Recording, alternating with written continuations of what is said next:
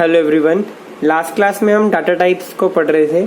हमने primitive data type पढ़े थे लास्ट क्लास में 5, इंटीजर, कैरेक्टर, फ्लोटिंग, डबल और वॉइड। उसी से हम कंटिन्यू करते हैं आगे। अब इसी के अंदर एक क्वालिफायर्स का टॉपिक आता है, जो कि क्या होता है, क्वालिफायर्स ऐसे कीवर्ड्स होते हैं जिनको हम यूज करते हैं ताकि हम हमारे रेंज ऑफ नंबर्स को एक्सटेंड कर सकें। कहने का मतलब, देखो पहले आपको मैं कुछ एग्जांपल देता हूँ क्वालिफायर्स के। 4 तरीके के क्वालिफायर होते हैं। अनसाइंड, दूसरा साइंड, तीसरा शॉर्ट, चौथा लॉन्ग। ये जो 4 वर्ड हैं इनको क्वालिफायर्स बोलते हैं। ये चारों वर्ड हमारे इंटीजर, हमारे फ्लोट, कैरेक्टर, इनके आगे ही लग जाते हैं। जैसे long int x, signed int x। ये क्या करते हैं, हमारे इस वेरिएबल की रेंज को बढ़ा देते हैं। देखो फटाफट से समझते हैं इसको। अगर हमारा जो यूजुअल मेमोरी का स्टोरेज होता है वो होता है इंटीजर नंबर्स के लिए जो यूजुअल स्टोरेज होता है ना, वो होता है 16 बिट्स या फिर 2 बाइट्स। आप ये रिलेशन ढूंढना, बिट्स और बाइट्स में क्या रिलेशन होता है, यहां से दिख रहा है क्लियरली, ठीक है। तो अब 16 बिट्स जो ये जगह है ना, ये जो सिर्फ इंट नंबर्स को मिलती है, इसमें जो रेंज है ना, वो रेंज क्या है, कहां से कहां तक के नंबर्स इसके अंदर आ सकते हैं। इसके अंदर आ सकते हैं प्लस 32,767 से लेके, मतलब प्लस पॉजिटिव में यहां तक और नेगेटिव में माइनस 32,768 तक। मतलब ये जो इंटीजर नंबर्स है ना, ये तो हमारे सिंपल इंट के अंदर आ जाते हैं। पर अगर मुझे इनसे भी बड़े नंबर्स चाहिए हमारे प्रोग्राम में, तो मुझे इन क्वालिफायर्स का इस्तेमाल करना पड़ेगा, ठीक है। ये हमारा काम है क्वालिफायर्स का। अगर हमारे पास जो हमारे इंटीजर नंबर्स हैं जो प्रोग्राम में यूज हो रहे हैं और वो सिर्फ पॉजिटिव नंबर्स हैं, तो उसकी रेंज को बढ़ाने के लिए हम यूज करते हैं अनसाइंड का। अनसाइंड को लिख दो इंट के आगे, तो फिर उसकी जो रेंज है वो बढ़ जाएगी पॉजिटिव में। कहां से कहां तक, 0 से लेके वो बढ़ जाएगी कहां तक, 65,000 तक, 65,535 तक।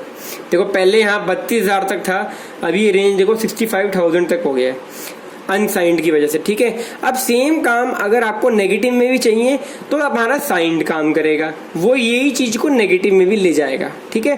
अब शॉर्ट जो है ना, शॉर्ट वो बेसिकली हमारा नॉर्मल इंट के जैसा ही है, जो कि हमें बाय डिफॉल्ट मिलता है। नॉर्मल इंट होता है वो शॉर्ट होता है एक तरह से, ठीक है।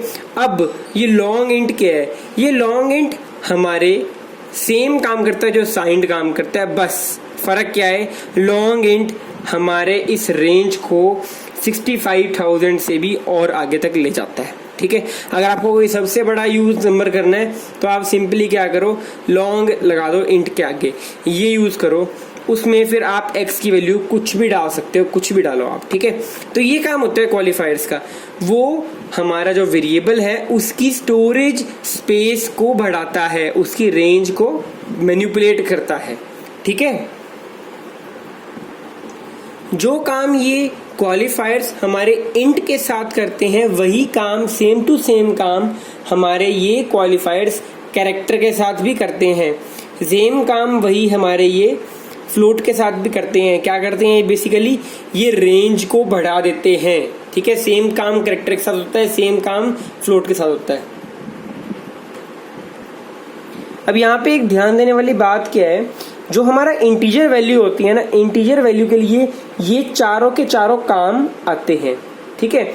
हमारे कैरेक्टर वैल्यू के लिए सिर्फ और सिर्फ कैरेक्टर वैल्यू नॉर्मल लिख सकते हो आप, या अनसाइंड और साइंड लिख सकते हो, बस। अगर हमारा फ्लोटिंग पॉइंट यानी डेसिमल वाले काम आएंगे तो आप फ्लोट यूज करो। पिछले बार हमने किया था, याद करो, डबल, तो डबल फ्लोट यूज कर सकते हो, डबल कर सकते हो, और या फिर आप यहाँ पे ये लॉन्ग का यूज कर सकते हो, लॉन्ग डबल, ठीक है। फ्लोटिंग पॉइंट में लॉन्ग यूज हो जाएगा, ठीक है, मैनिपुलेट करने के लिए रेंज को। ऐसे ही वॉइड तो चलो खाली होता है, कुछ रिटर्न नहीं करता, इसलिए उसकी स्पेस की कोई टेंशन नहीं। ठीक है, आपको आपकी बुक में टेबल मिल जाएगा एक, उसके अंदर इन्होंने इन क्वालिफायर्स का यूज करके बाकी डाटा टाइप्स के साथ वो रेंज बता रखी है कि आप कितने से कितने के बीच में उनको यूज कर सकते हो। ओके, अब जो हम टॉपिक करने वाले हैं वो काफी इंपॉर्टेंट टॉपिक है और बहुत आसान है। उसको बोलते हैं वेरिएबल डिक्लेरेशन। वेरिएबल को डिक्लेयर करना, वेरिएबल डिक्लेरेशन, यानी कि जब आप अपना प्रोग्राम लिख रहे हो तो उस प्रोग्राम के अंदर आपको वेरिएबल कैसे बताना है, वेरिएबल को पैदा कैसे करना है उस प्रोग्राम के अंदर, कैसे आपको डिक्लेयर करना है। उसके लिए तरीका क्या होता है, आपको पहले आपको लिखना चाहिए वो डाटा टाइप क्या है, इंट है, फ्लोट है, क्या है। पहले आप लिखो डाटा टाइप, देखो इंट, ठीक है, जो डाटा टाइप है अगर आपके पास कोई भी क्वालिफायर है वो इस डाटा टाइप से भी पहले आएगा। पहले लिखो डाटा टाइप, फिर उसके बाद लिख दो आप अपने वेरिएबल्स को। जैसे मान लो अगर दो वेरिएबल हैं तो इंट एक्स कर दो, इंट वाई कर दो, अलग अलग दो वेरिएबल। ये बता रहा है कि हाँ भाई दो वेरिएबल डिक्लेयर कर दिए, आने वाले प्रोग्राम में दो वेरिएबल मिलेंगे एक्स और वाई, जो कि दोनों इंटीजर वैल्यू रखेंगे सिर्फ, ठीक है। आप ऐसे भी कर सकते हो इन दोनों को, int x comma y semicolon, ठीक है। आप इससे भी डिक्लेयर कर सकते हो, आसान रहेगा, ठीक है, बार बार लिखने की जरूरत नहीं है, ठीक है। ये दो आपके पास इंटीजर मिल जाएंगे। अगर आपको फ्लोट करना है तो फ्लोट z, मान लो अब z वेरिएबल आ गया जो कि डेसिमल होल्ड करेगा सारे, ठीक है। आपको फ्लोट, अब बात ये होती है जैसे हमने लिख दिया तो z के लिए हमारी स्पेस में एक रेंज, एक 16 बिट हमारे जगह रिजर्व हो चुकी है z के लिए, ठीक है ना, ये बात ध्यान देना। अब इस वेरिएबल डिक्लेरेशन में ना एक काफी इंपॉर्टेंट टॉपिक है, उसको बोलते हैं असाइनमेंट, असाइनमेंट स्टेटमेंट। अब यहाँ पे देखो हमारी जो प्रोग्रामिंग है ना, प्रोग्रामिंग जब हमने ये सब सीख लिया ना, वेरिएबल को डिक्लेयर करना, मतलब वेरिएबल को प्रोग्राम में कैसे पैदा करना है, तो फिर अब हमने प्रोग्रामिंग करनी शुरू कर दी। अब यहाँ पे असाइनमेंट स्टेटमेंट बहुत इंपॉर्टेंट है। कहने का मतलब ये क्या करती है, ये अब आपने वेरिएबल डिक्लेयर कर दिया, वेरिएबल x पैदा हो चुका है आपके प्रोग्राम के अंदर, y भी है। अब इस वेरिएबल की कोई ना कोई वैल्यू तो होगी, वो वैल्यू इस वेरिएबल को असाइन करना है। तो उसके लिए क्या जनरल फॉर्मेट क्या होता है, आप वेरिएबल लिखो, वेरिएबल को वैल्यू असाइन कर दो, वैल्यू, और फिर डाल दो सेमीकोलन। ये जनरल फॉर्मेट है। जैसे फॉर एग्जांपल अगर हम बात करें, वेरिएबल लिखो, मैंने लिखा नंबर, वेरिएबल का नाम इज इक्वल टू, ये हमारा असाइनमेंट ऑपरेटर है, ठीक है। Number is equal to value डाल दो 7। अब हमने ऊपर लिखा होगा कि हाँ भाई इंट नंबर सेमीकोलन, यहाँ पे ऊपर लिखा होगा हमने इंट नंबर सेमीकोलन, ठीक है। तो नंबर यहाँ पे वेरिएबल है जो कि इंटीजर वैल्यू दे रहा है, तभी इंटीजर वैल्यू असाइन कर दी इसको, ठीक है। ये बात समझ आई आपको। ये ध्यान देना, जो वेरिएबल है वो लेफ्ट तरफ आएगा, जो वैल्यू है वो राइट की तरफ आएगी। अब यहाँ पे प्रोग्रामिंग का रूल है कि लेफ्ट हैंड साइड पे वेरिएबल का नाम आएगा जिसको हम वैल्यू असाइन कर रहे हैं, तो वेरिएबल एक ही होना चाहिए लेफ्ट हैंड साइड। ऐसे नहीं कि यहाँ पे आप लिख दो, यहाँ पे आप लिख दो कि हाँ भाई वेरिएबल आपने a + b = 3। यहाँ पे ये चीज गलत है सी लैंग्वेज में। क्यों? क्योंकि हमें लेफ्ट हैंड साइड में वेरिएबल सिर्फ एक होना चाहिए। हाँ, ऐसे कर सकते हो आप कि a = 3 + 6, ये कंप्यूटर अपने आप समझ जाएगा वो अपने आप, क्योंकि इंटीजर वैल्यू है ऑलरेडी एक ही हमारे, तो वो a = 9 को इंटरप्रेट कर लेगा अपने आप, ठीक है। यहाँ पे ये ध्यान रखना, लेफ्ट हैंड साइड में वेरिएबल का नाम एक ही आएगा बस। अब यहाँ पे ना एक और डिक्लेरेशन होती है, उसको बोलते हैं typedef, typedef declaration. ये क्या करती है, सी सपोर्ट करती है इसको, एक इसका फीचर है सी का, वो ना एक तरीके का आइडेंटिफायर है टाइप डेफ। ये एक तरीके का आइडेंटिफायर है जो कि हमारे डाटा टाइप के आगे लगता है। जैसे कि इसका फॉर्मेट क्या होता है, पहले लिखो टाइप डेफ, फिर आएगा आपका इंट, फिर उसके बाद आएगा आपका आइडेंटिफायर सेमीकोलन। अब इसने क्या किया, यहाँ जैसे यहाँ पे इंट लिखा है ना, तो इसकी जगह आप टाइप लिख दो, कोई भी टाइप, जो भी टाइप है आपका, जैसे कैरेक्टर, फ्लोट या कुछ भी डाटा टाइप है आपका, ठीक है।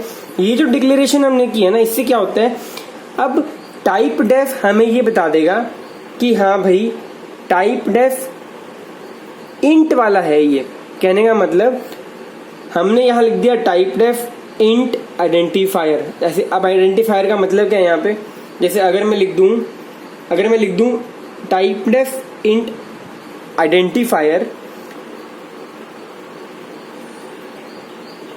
इसकी वजह से जो आइडेंटिफायर है ना, अब ये वाला जो यहाँ पे आएगा वो एक तरीके का अब हमारा टाइप डेफ बन गया। मतलब कैसे, देखो बताता हूँ।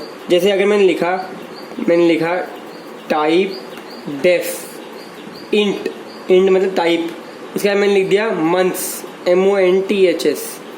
अब हमने इस मंथ को एक तरीके का आइडेंटिफायर बना दिया टाइप डेफ का यूज करके। इस मंथ्स को आपने एक तरीके का आइडेंटिफायर बना दिया, किसका, इंट का।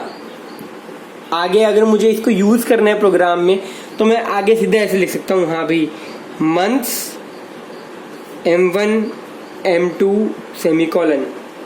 अब देखो जब हम डिक्लेयर करते थे, याद है, इंट x करते थे, ये x एक वेरिएबल है, यहाँ पे M1 M2 वेरिएबल है, पर हमें आगे लिखने की जरूरत नहीं है इंट। क्यों? क्योंकि हमने टाइप डेफ का यूज कर दिया और टाइप डेफ ने क्या किया, हमारे मंथ्स को इंटीजर टाइप का एक आइडेंटिफायर बना दिया। अब आगे अगर मैं लिखूं मंथ्स M1 M2 तो हमारा काम हो चुका है, क्योंकि मंथ्स एक आइडेंटिफायर बन गया। अब किस चीज का, इंटीजर का, मंथ्स M1 M2। ऐसे सिमिलरली अगर मैं यहाँ पे टाइप डेफ और यहाँ पे इंट की जगह, अगर मैं यहाँ पे इंट की जगह फ्लोट लिख दूं FLOAT, अगर मैं यहाँ पे फ्लोट लिख दूं, अगर मैं टाइप डेफ की जगह, फिर उसके बाद अगर मैं लिखूं कि फ्लोट